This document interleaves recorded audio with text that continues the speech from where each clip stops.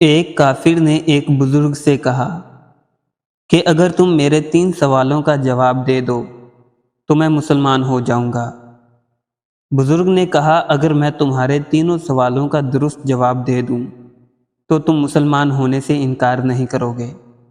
کافر نے حامی بھر لی اور بزرگ سے اپنا پہلا سوال پوچھا۔ اس کا پہلا سوال یہ تھا کہ جب ہر کام اللہ تعالیٰ کی مرضی سے ہوتا ہے تو تم لوگ انسان کو ذمہ دار کیوں ٹھہراتے ہو؟ اس نے دوسرا سوال کیا، جب شیطان آگ کا بنا ہوا ہے تو پھر اس پر آگ کیسے اثر کرے گی؟ جبکہ تیسرا اور آخری سوال اس کا تھا کہ جب تمہیں اللہ تعالیٰ نظر نہیں آتا تو تم اسے کیوں مانتے ہو؟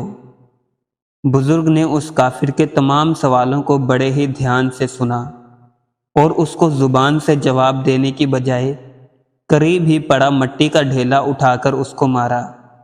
اس کافر کو شدید غصہ آ گیا اور اس نے بدلہ لینے کے لیے قاضی کی عدالت میں بزرگ کے خلاف مقدمہ دائر کروا دیا۔ قاضی جو کہ کافر کا مقدمہ ایک بزرگ کے خلاف دیکھ کر پریشان ہو گیا، اس نے بزرگ کو بلوایا اور اس سے پوچھا کہ تم نے کافر کے سوالوں کے جواب میں اسے مٹی کا ڈھیلا کیوں مارا؟ بزرگ نے نہایت اطمینان اور ادب کا مظاہرہ کرتے ہوئے کہا کہ میں نے مٹی کا جو ڈھیلا اسے مارا ہے اسی میں اس کے تینوں سوالوں کا جواب ہے۔ قاضی جو کہ اب پہلے سے بھی زیادہ پریشان ہو گیا تھا، اس نے بزرگ سے مٹی کے ڈھیلے میں چھپے تینوں سوالوں کے جواب طلب کیے۔ بزرگ نے کہا کہ اس نے مجھ سے پہلا سوال کیا تھا کہ جب ہر کام اللہ تعالیٰ کی مرضی سے ہوتا ہے تو تم لوگ انسان کو ذمہ دار کیوں ٹھہراتے ہو؟ اس کا جواب یہ ہے کہ میں نے مٹی کا ڈھیلا اللہ کی مرضی سے اسے مارا، تو یہ اس کا ذمہ دار مجھے کیوں ٹھہراتا ہے؟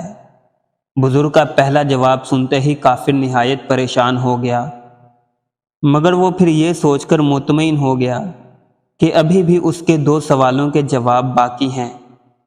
بزرگ نے کہا کہ اس نے مجھ سے دوسرا سوال کیا تھا کہ جب شیطان آگ کا بنا ہوا ہے تو پھر اس پر آگ کیسے اثر کرے گی؟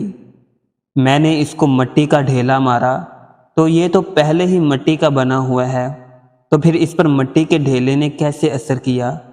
اور اس کا تیسرا اور آخری سوال جو اس نے مجھ سے کیا وہ یہ تھا کہ جب تمہیں اللہ تعالیٰ نظر نہیں آتا تو تم اسے کیوں مانتے ہو؟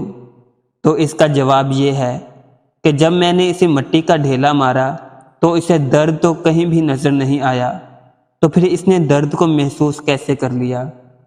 قاضی بزرگ کے سوالوں کے جواب سن کر بہت حیران ہوا اور ادھر کافر بھی پسینے میں شرابور ہو رہا تھا، لہٰذا وعدے کے مطابق کافر نے کلمہ پڑھا اور دائرہ اسلام میں داخل ہو گیا۔